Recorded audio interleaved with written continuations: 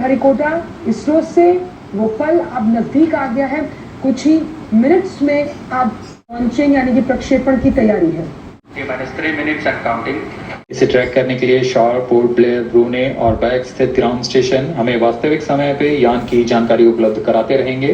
लेकिन चतुर्थ चरण के प्रज्वलन के समय यान हमारे ग्राउंड स्टेशन की दृष्टि से दूर जा चुका होगा। इसलिए शिपबोर्न ट्रैकिंग या शिपबोर्न टर्मिनल को दक्षिणी पैसिफिक महासागर में स्थित किया गया है। वह हमें PS4 बर्न 1 और बर्न 2 की जानकारी उपलब्ध कराएगा। इसके बाद PS4 शट ऑफ और आदित्य L1 के अंतक्षेपण की पुष्टि कुरु फ्रेंच गयाना स्थित ग्राउंड स्टेशन से की जाएगी। T-2 minutes and counting। अब हम उड़ान से 1 मिनट 50 सेकंड की दूरी पर। यह PSLV की 59वीं उड़ान होगी और इस PSLV एक्सेल संस्करण में यह 25वीं उड़ान है। इसरो के वर्क हॉर्स कहे जाने वाले इस रॉकेट कई ऐतिहासिक मिशन को सफलतापूर्वक संपन्न किया है, जिसमें चंद्रयान 1 और मार्स ऑर्बिटर मिशन उल्लेखनीय है। यह प्रमोशन वर्ष 2023 का 7वां मिशन होगा। इस साल की शुरुआत में SSLV के सफल प्रमोशन से शुरुआत कर LVM-3 के 2 प्रमोशन, GSLV Mark II का 1 और PSLV के 2 सफल प्रमोशन हो चुके हैं। यह PSLV का वर्तमान वर्ष में 3रा मिशन है। All stations stand by for the timer। T-1 minute and counting। -55 seconds। All sounds around। -50 seconds। All seconds are sound। तो हमारे साथ बने रहिए। अब 40 सेकंड पर -40 seconds प्रमोशन किया जाएगा। -35 seconds। -30 seconds। All the base ISRO। -25 seconds। PS2 BSPP open। Bharat माता की जय। -20 seconds। PS1 ignition आरंभ -15 seconds। 10, 9, 8, 7, 6, 5, 4, 3, 2, 1, 0। +5 seconds। Lift off normal। PR tracking। PP tracking। Magnificent lift off of PSLV C-57 with Aditya L1 on board। +15 seconds। PSLV C-57 का सफल उत्थापन और इसके साथ प्रथम भारतीय सौर अंतरिक्ष यान निकल चुका है सूर्य के तेज से विज्ञान को प्रकाश करने। इसके साथ ही एक और कदम है अंतर्ग्रहीय सफर में भारत की उपस्थिति सिद्ध करने का। आप देख रहे हैं PSLV C-57। प्रथम चरण पूरी तरह सामान्य। The rocket flying forth, following nominal trajectory and developing nominal thrust. The bright fumes against a clear midday sky. A rocket launch is more than just a sight to behold. The roaring sound and the vibrations that we can feel here, adding to this, the thrill are just amazing. Ground-lit and air-lit strap-ons operating together with the first stage S-139. Ground-lit strap-on separated। Wow। जैसा कि निर्धारित है, ground lead strap-on को separate कर दिया गया है और प्रथम चरण का निष्पादन सामान्य है। इस घटनाक्रम में अगला एयर लेड स्ट्रैप-ऑन को यान से पृथक कर दिया जाएगा। Air-lead strap-on separated. जी हाँ, इसकी भी पुष्टि हो गई है। स्ट्रैप-ऑन को सफलतापूर्वक पृथक कर दिया गया है। We are 100 seconds past the launch time. The ground-lit and air-lit strap-ons have been separated. S-139 motor still thrusting। S-139 110 second के प्रज्वलन काल के पश्चात उसे भी पृथक कर दिया गया है। +2 minutes.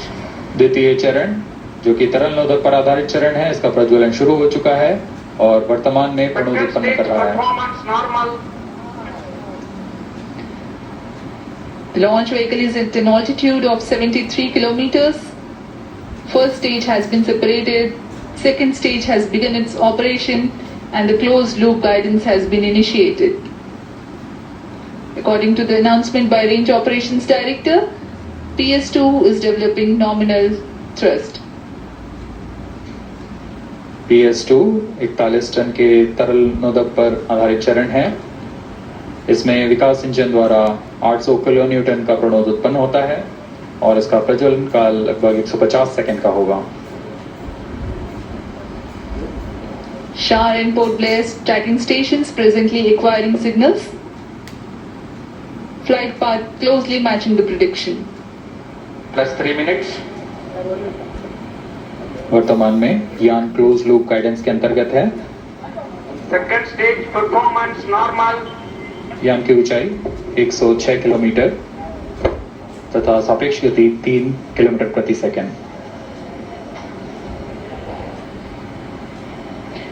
The velocity addition in PS2 regime is going to be from 2 kilometers per second to 4.9 kilometers per second. Payload fairing separated.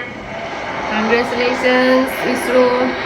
The payload fairing covering the Aditya L1 spacecraft has been separated. The current altitude of the launch vehicle is 118 kilometers.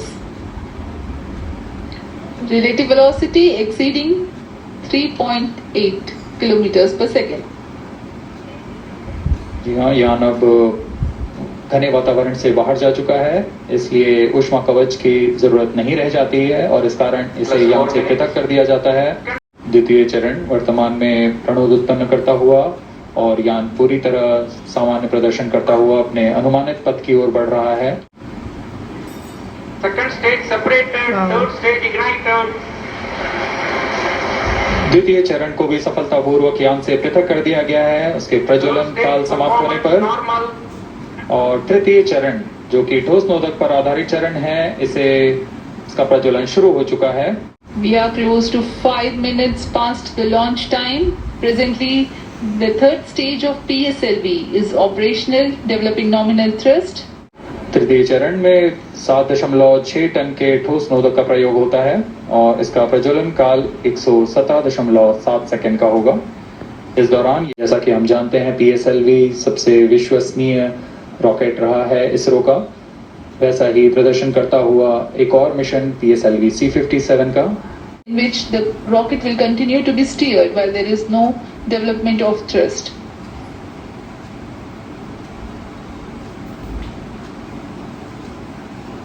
यान की ऊंचाई 170 kilometre तथा सापेक्ष गति 7.32 kilometre प्रति second है।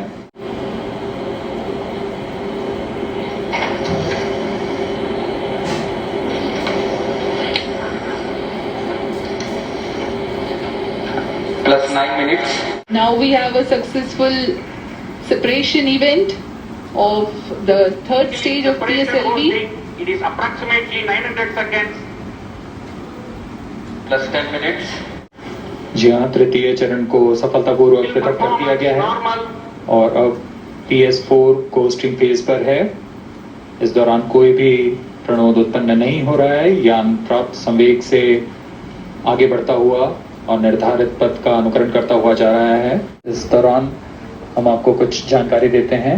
Lagrange point से जुड़ी कुछ रोचक तथ्य भी हैं, जैसे कि इस पॉइंट का नाम एक इटालियन फ्रेंच गणितज्ञ जोसेफ लुइक लैग्रेंज के सम्मान में रखा गया था।